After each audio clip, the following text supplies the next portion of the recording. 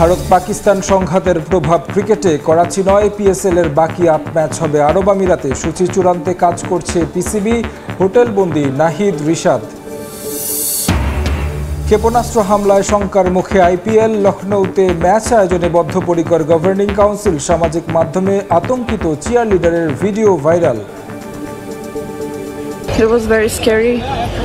Everyone was just screaming that the bomb's coming. Futsal যুগে প্রবেশ করতে যাচ্ছে বাংলাদেশ। 2026 এশিয়ান কাপ বাছাইয়ে অংশ নিতে আমন্ত্রণ এএফসির।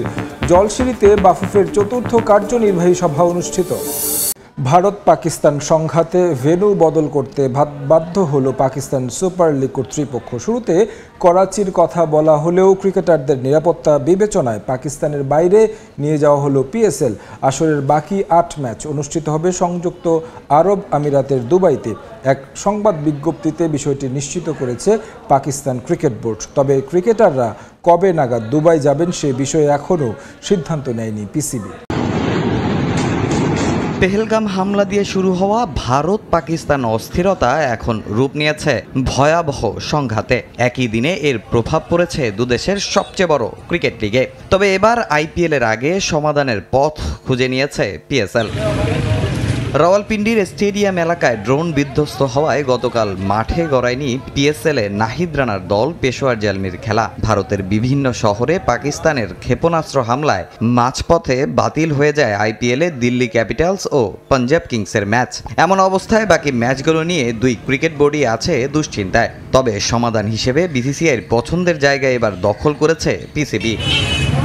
অতীত ইতিহাস বিবেচনায় গতকাল থেকেই পাকিস্তানে অবস্থানে অনীহা দেখা দেয় বিদেশি ক্রিকেটারদের মধ্যে। দফায় দফায় বৈঠক করে এবং করাচিতে ম্যাচ আয়োজনের প্রতিশ্রুতি দিয়েও তাদের রাজি করাতে পারেনি পিসিবি। শেষ পর্যন্ত পুরো লিগটাকেই পাকিস্তান থেকে সরিয়ে আরব আমিরাতে নিয়ে যাওয়ার সিদ্ধান্ত নেয় তারা। পাকিস্তান সুপার লিগের বাকি ম্যাচ হবে দুবাইয়ের ইন্টারন্যাশনাল ক্রিকেট স্টেডিয়ামে। স্পষ্ট বোঝা যাচ্ছে আমাদের চলমান পাকিস্তান সুপার লিগ বিঘ্নিত করার উদ্দেশ্যে ভারত রাওয়ালপিন্ডি স্টেডিয়াম প্রাঙ্গণে দায়িত্ব জ্ঞানহীন এ হামলা চালিয়েছে। এ অবস্থায় ক্রিকেটারদের নিরাপত্তার কথা বিবেচনায় পিসিবি বাকি ম্যাচগুলো দুবাইয়ে স্থানান্তর করার সিদ্ধান্ত নিয়েছে।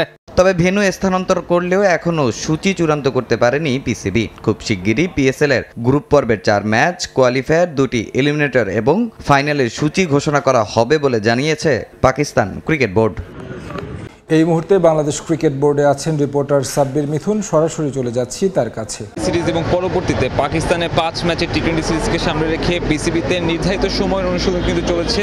আজকে সকাল নাগাদ তো সেই অনুশীলন মাঠে গড়িয়েছে। প্লেয়াররা নিজেদের ঝালিয়ে নেওয়ার কাজটা করেছে। যদিও বা এই সিরিজ দুটোই আসলে অনিশ্চিত, কারণ ভারত পাকিস্তানের যে যুদ্ধ অবস্থা সেখানে কিন্তু আসলে বাংলাদেশের এই সিরিজটা হবে কিনা, অর্থাৎ পাকিস্তান সিরিজে যদি বাংলাদেশ দল না যায় সেক্ষেত্রে কিন্তু দুবাইতে যে 2 ম্যাচের টি20 সিরিজ রয়েছে সেটাও হবে না, অর্থাৎ সেখানেও বাংলাদেশ দলের সফরটা অনিশ্চিত হয়ে যাবে। সব মিলিয়ে অনুশীলন চললেও বাংলাদেশের ক্রিকেট দলের এই পরবর্তী শিডিউল কিন্তু খুব জড়িত ভারত পাকিস্তানের অবস্থার ওপর। পাশাপাশি সেখানে অবস্থানরত যে 2 বাংলাদেশি ক্রিকেটার নাহিদ রানা এবং রিশাদ হোসেন, তাদেরকে নিয়েও কিন্তু একটা ব্যস্ত সময় পার করছে বিসিবি। তাদেরকে দেশে ফিরিয়ে আনার ব্যাপারে নিয়মিত যোগাযোগ রাখা হচ্ছে। সেখানে অবস্থানরত বাংলাদেশের যে হাই কমিশনার, সেই হাই কমিশনার ছাড়াও পাকিস্তানের পিসিবি কর্তাদের সঙ্গেও বিসিবি আসলে নিয়মিত যোগাযোগ রাখছে। তাদের দেশে ফিরিয়ে আনা হবে কিনা সে বিষয়ে একটা সিদ্ধান্ত চলছে। যদিও বা পাকিস্তানের বর্তমানে কোনো ধরনের বিমান আসলে ওঠানামা বন্ধ হয়ে আছে এবং তাদের আকাশপথ যেহেতু এই মুহূর্তে খুব বেশি ঝুঁকিপূর্ণ, সেহেতু রিশাদ এবং নাহিদ রানাকেও একটা বন্দি অবস্থা পার করতে হচ্ছে এই পিএসএল খেলতে গিয়ে।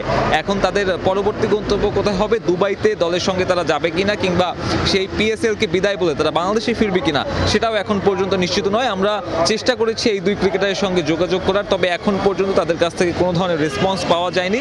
যতদূর আমরা শুনেছি তারা হোটেল বন্দি সময় কাটাচ্ছে। গতকালকে নাহিদ রানার পেশোয়ার জালমির যে ম্যাচ ছিল সেই ম্যাচ কিন্তু শেষ মুহূর্তে গিয়ে স্থগিত হয়ে গেছে এবং তার দলও রাওয়ালপিন্ডি ছেড়ে করাচির উদ্দেশ্যে আপাতত রওনা দেওয়ার কথা ছিল। সেটাও আসলে তারা সেই রাওয়ালপিন্ডি ছাড়তে পেরেছে কিনা তাও এখন পর্যন্ত জানা যায়নি। তবে বেশ কিছু গণমাধ্যমের খবর এই পাকিস্তান সফর বা নাহিদ রিশাদের পিএসএল স্থগিত হয়ে যাওয়াতেই আসলে সীমাবদ্ধ থাকছে না ভারত পাকিস্তান যুদ্ধ। ভারতের যে বাংলাদেশ সফরের সময়সূচি নির্ধারিত করা আছে সেটাও হয়তো বাতিল হয়ে যাবে। ভারতের যে আইপিএল রয়েছে সেই আইপিএলটাকে বর্তমানে স্থগিত করে বাংলাদেশ সফরের যে উইন্ডোটা ছিল সেই উইন্ডোতে হয়তো ভারত বাকি আইপিএলের বাকি অংশটা আয়োজন করতে যাচ্ছে। এদিকে পাকিস্তান থেকে সুখবর এলেও এখনও আইপিএল নিয়ে কোনো চূড়ান্ত সিদ্ধান্ত নিতে পারেনি বিসিসিআই। মূলত ভারতের কেন্দ্রীয় সরকারের সিদ্ধান্তের অপেক্ষায় আছে আইপিএল গভর্নিং কাউন্সিল। তবে আজ এক বৈঠকের পর বিষয়টি নিয়ে পরবর্তী পদক্ষেপ জানানো হবে বলে জানিয়েছেন আইপিএল চেয়ারম্যান অরুণ ধুমাল। যুদ্ধ ভাব বেশ কয়েকদিন ধরেই ভারত থেকে অপারেশন সিঁদুরের কনফার্মেশন এলেও অন্য পাশ থেকে ঘটে যাওয়া আক্রমণগুলোর বিষয়ে বরাবরই নিশ্চুপ পাকিস্তান। সামাজিক যোগাযোগ মাধ্যমে পাকিস্তানের হয়ে নেটিজেনরা যুদ্ধ চালিয়ে গেলেও ব্যাটেলফিল্ডের অবস্থাটা কি তা কখনোই পরিষ্কার করেনি পাকিস্তান। কিন্তু বৃহস্পতিবার রাতে ধৈর্যের বাঁধ ভাঙে পাকিস্তানের। পিন্ডি স্টেডিয়ামের পাশে ড্রোন বিধ্বস্ত হওয়ায় বাতিল হয়ে যায় পিএসএল এর ম্যাচ, আর তাতেই যেন ফুঁসে ওঠে পুরো দেশ। রাতের আধারে পাল্টা আক্রমণ হয় ভারতে। ইন্ডিয়ান গণমাধ্যমের দাবি অন্তত 15টি শহরে ক্ষেপণাস্ত্র নিক্ষেপ করেছে পাকিস্তান, আর তার জেরে এবার বন্ধের উপক্রম আইপিএল। ধর্মশালার ম্যাচ বাতিল হলেও আজ লখনৌতে এখন পর্যন্ত ম্যাচ আয়োজনে বদ্ধপরিকর আইপিএল গভর্নিং কাউন্সিল। কিন্তু পরের ম্যাচগুলো কোথায় কিভাবে হবে, ক্রিকেটারদের নিরাপত্তাই বা কিভাবে দেয়া হবে তা নিয়ে দ্বিধাদ্বন্দ্বে অরুণ ধুমাল বাহিনী। ভারতের কেন্দ্রীয় সরকারের চূড়ান্ত সিদ্ধান্তের অপেক্ষায় তারা, যদিও বিকল্প ভেন্যু হিসেবে যে দুবাইয়ের কথা ভাবা হয়েছিল তা দখল করে নিয়েছে পিসিবি। এদিকে ধর্মশালার ম্যাচ বাতিলের পর মাঠে থাকা এক চিয়ার লিডারের ভিডিও ভাইরাল হয়েছে সামাজিক মাধ্যমে, যেখানে তাকে আতঙ্কিত হয়ে মাঠ ছাড়তে দেখা যায়। বিসিসিআই ম্যাচ বাতিলের কারণ হিসেবে ব্ল্যাক আউটের কথা বললেও ভিডিওতে বারবার বোমার কথা বলছিলেন সেই cheerleader. So basically the whole stadium in the middle of the game was evacuated. ম্যাচের মধ্যে আমাদেরকে স্টেডিয়াম থেকে বের হয়ে যেতে বলা হয়েছে। আমি খুব আতঙ্কিত। সবাই চিৎকার করে বলছে বোমা আসছে। এখানকার পরিস্থিতি ভালো না। আমরা ধর্মশালা ছেড়ে যেতে চাই। আমার খুব কান্না পাচ্ছে। We want to really go out of.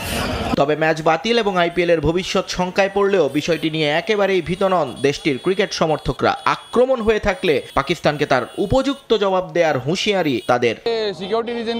আমরা মোটেও ভীত নই। আমরা কেন ভয় পাবো? ভয় পাবে পাকিস্তান। তারা এর সমুচিত জবাব পাবে। এর আগে নিরাপত্তার কারণে মাঝপথে বাতিল করা হয় আইপিএলের দিল্লি ক্যাপিটালস ও পাঞ্জাব কিংসের ম্যাচ। ভারতের বিভিন্ন শহরে পাকিস্তানের ক্ষেপণাস্ত্র হামলার কারণে এই ঘটনা বলে দাবি ভারতীয় গণমাধ্যমের। যদিও বিসিসিআই বলছে ব্ল্যাক আউটের কারণে বাতিল করা হয়েছে ম্যাচটি। 10 ওভার 1 বল হওয়ার পর হঠাৎ করে বন্ধ ঘোষণা করা হয় খেলা।